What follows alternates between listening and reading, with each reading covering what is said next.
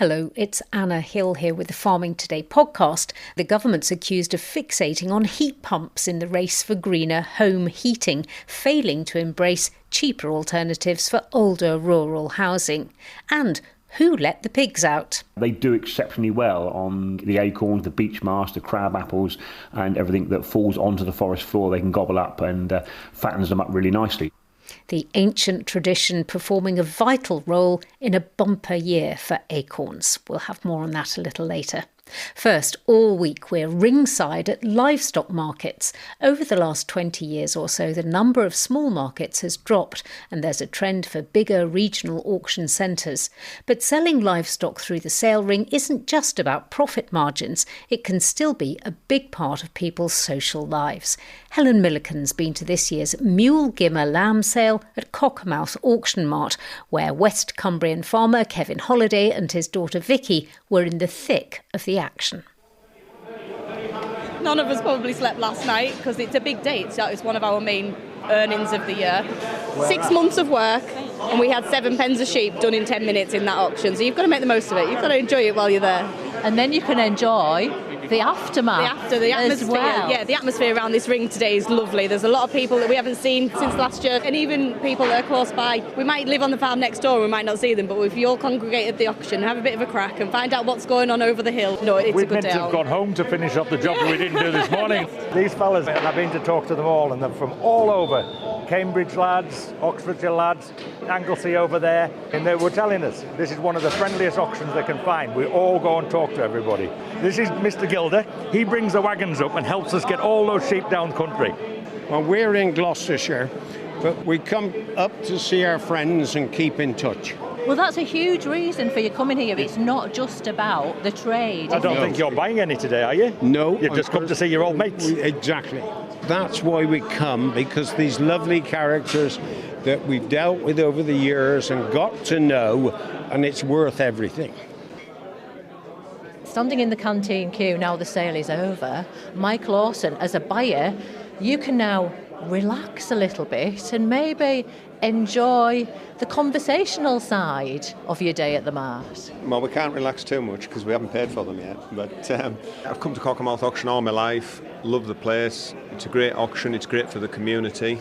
It's part of my business, but it's also part of my daily life. People say to me, going to auction mart's a wasted day, but I never think a day at the auction mart's wasted because there's all sorts of different things you pick up off people when you're talking to them at auctions that you never knew you were going to learn before you set off. So the auction marts are hugely important right across the board, I think. In the Auction Mart Cafe, it's all about the crack as much as the commerce, not to mention the cake and the chips. Andrew Nicholson has not only been selling sheep here today, he's one of the Auction Mart directors, while Benson Hewitson is here as more of an interested onlooker. Definitely, yeah. I've traded here all my life, and I'm here today out of pure interest, and I've no intention of going and doing anything else today but being here. How much of a focal point is the Mart for you, even though you're not farming full-time anymore? Oh, it is. Not so much for me, but for other people. If you've had a bad day or a bad week, you can come here and there's someone to talk to and you're accepted. And you go home a better person, a happier person. You really do. You can share a lot of your troubles. You think it's the end of the world some days, on a farm in the morning or something at lambing time. You'll be picking this up dead, that up dead, but you come here and you hear somebody else say it, you think, hey, it's not just me. The autumn sales is the year's work, and that's what we're proud of, breeding the stock here in the north and that. And when you do it and you meet the people that buy it after the sale today, have a word with them, have a crack with them, how the summer's been, how stock's done. And that's what we're all here for, to talk to each other. How important do you believe this almost magic ingredient of the social side is in making this mart successful? Well, you need an atmosphere. It's like a pub or anything you go to. If you enjoy it, you'll go back. Look at the mixture of people. Benson will come here 52 weeks of the year. Some weeks through winter, there's not many of us sometimes early on. And we'll come in this cafe afterwards and have a cup of tea and a crack and that about things. And you go home and you've met people, and that's what it's about. Farmer Andrew Nicholson there, enjoying conversation and chips at Cockermouth Auction Mart in Cumbria. A new report says the government is adopting a heat pumps or nothing attitude to greener domestic heating, pushing for all homes to adopt heat pump technology when other alternatives would be better in rural areas. The report by the Countryside and Community Research Institute says more should be done to widen the approach to greener home heating technology. Graham Biggs is Chair of Directors at Rural England CIC, which commissioned the report. He told me insulating older houses so heat pumps can work efficiently is one of several factors involved. Things like older and more difficult and indeed expensive properties to both heat and to treat, by which I mean insulate. Higher cost of livings, more elderly population, lower incomes earned in rural economies. And there are only about 10% of rural properties that are rated band C or above in energy efficiency terms, and that compares to something like 51% in suburban areas. It's the problem of the properties rather than heat pump per se. You're arguing that there is a focus on heat pumps or nothing. Isn't that because heat pumps are the cleanest, most readily available technology? That's what the government would argue. It certainly would, and it certainly does. In the rural context, of course, there are huge concerns about the stability, as it were, of the electricity network. It's already very susceptible in terms of bad weather. It certainly, in many, many rural areas, simply does not have the capacity to be able to pick up the existing load plus heat pumps plus electric vehicles. That's the infrastructure, isn't it? And for individual house owners who are thinking about this but put off, the government would also argue there are grants available to help with the cost of making your home suitable to put in a heat pump. Well, there are home insulation grants available to all properties across the country, and there are also specific heat pump grants.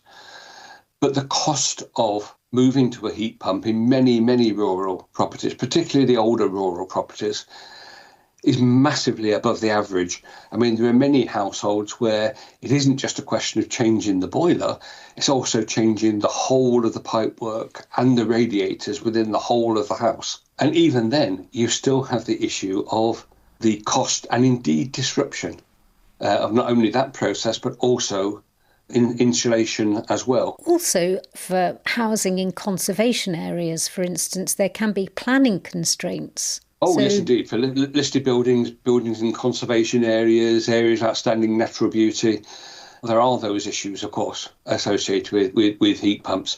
And actually, all what we're saying, I suppose, if you boil it down, is there's a danger that the government is letting perfect be the enemy of the good in a rural context. So there are alternative fuels like bio-LPG, biopropane, the feedstock called RDMF, which I won't bore with the details with. Those are something like a 90% reduction in carbon emissions. So the difference between the heat pump, difficult, expensive to introduce, and these other fuel stuffs, many of which actually can simply be used to replace the liquid petroleum gas in the existing system. We've always advocated that there should be a heat pump ready rather than heat pump as the primary and only objective here. Graham Biggs from the research organisation Rural England. Now, if you've been out in the countryside this autumn, you might have noticed the huge amount of acorns and beech nuts, or beech mast, on the ground. Every 5 years or so we get this abundance. It's known as a mast year. The acorns are food for mice, squirrels, badgers and pigs, but they're poisonous for cattle, horses, sheep and dogs too.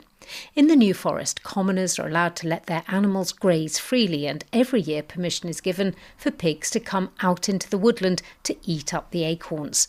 Jonathan Gorelli is head Agister of the New Forest, who organises the management of grazing.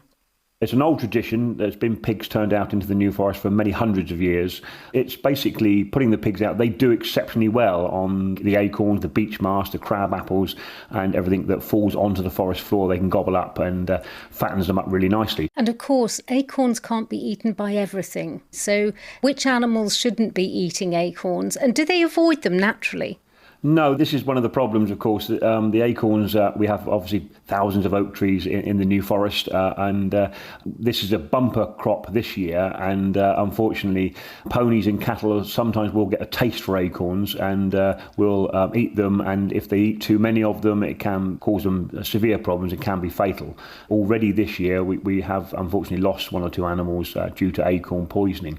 But of course, the pigs can eat them quite safely and do very well on them. So when we have a heavy crop of acorns, the commoners will try and turn out quite a large number of pigs. But however many pigs we get out there, of course, they would never cope with the thousands and thousands of acorns that have fallen onto the forest floor. And it is this year a so-called a mast year, isn't it? Yes, that's right, exactly. That it does seem to be a particularly heavy crop. Whether that is as a result of the exceptionally dry weather, dry spring and dry summer we had, and sort of kicked the oak trees into overdrive with producing their fruit, which is the acorns. And mast is a very good point to make, because to turn pigs out onto the forest, the commoners have to have the right of mast. There are a number of different forest rights attached to a commoner's property. The right of pasture allows you to turn out ponies, cattle and donkeys, but you have to have the specific right of mast to be able to turn pigs out to graze in the forest. So not every commoner has that attached to their property.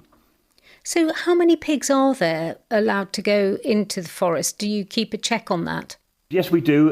So what happens is the commoners will contact their local Agister. The Agister will go along and we will mark every pig that's going to go out there, and we mark them by a numbered ear tag, and that's all for identification purposes. We need to know, obviously, from a management purpose and a welfare purpose, who owns what pig. So each pig will have a numbered tag in. We also check, of course, one other thing before the pigs are turned out. They have to be rung correctly, and this means putting rings into their noses to stop them from digging. As we know, pigs love to dig and hook the ground, and we want them to eat what falls onto the forest floor. We don't want them digging up the forest floor, and we don't want them damaging the grazing which is there for the cattle and ponies. What's it like when you let them out? I mean, do they come out in a big swathe, a horde of pigs, or is it just one by one? We have a number of commoners that turn out pigs pretty much dotted all around the forest, and each commoner has got a slightly different way of doing things. Some commoners will load up pigs and take them out right out into the depths of the forest and let them go. Some commoners will have holdings which have gates directly onto the forest. They can just literally open their gate and let their pigs out. So it all depends on the individual, and although the pannage season starts on a specific date, pigs can't go out before that date, but as the days progress, more and more pigs will be let out, depending on how the commoners are fixed, how they've got their pigs, and they've had them marked and rung and all paid their fee, because the other thing they have to do is pay a fee to put them out there, what we call a marking fee. How do you round them up to get them back in again? Yeah, that again is down to the individual owners. One thing with the pigs, of course, they are, they're quite intelligent animals and they learn very quickly. And a lot of the pigs will know where home is. So the commoners they're that let them out the hefted gates, pigs, are they? That's right. They will travel back to the holdings. Quite often they will go back there every day at night to sleep. But they might have a nice warm bed to go and sleep in. But any pigs that are further afield, the commoners can go out with food generally, and after a couple of days of feeding, they can generally get them into somewhere to load them up and get them back home. Do you enjoy it this time of year? It must be quite special. This time of year is a very busy time of year for us, because obviously not only the pigs going out, we're in the middle of our roundups, the drifts as we call them, when we're gathering ponies in, which is a very important part of the management of the pony herd.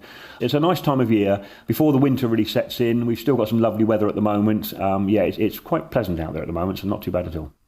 Jonathan Gorelli, Head Agister of the New Forest. That's it from us today. I'm Anna Hill. The producer was Sarah Swadling. Farming Today is a BBC Audio Bristol production.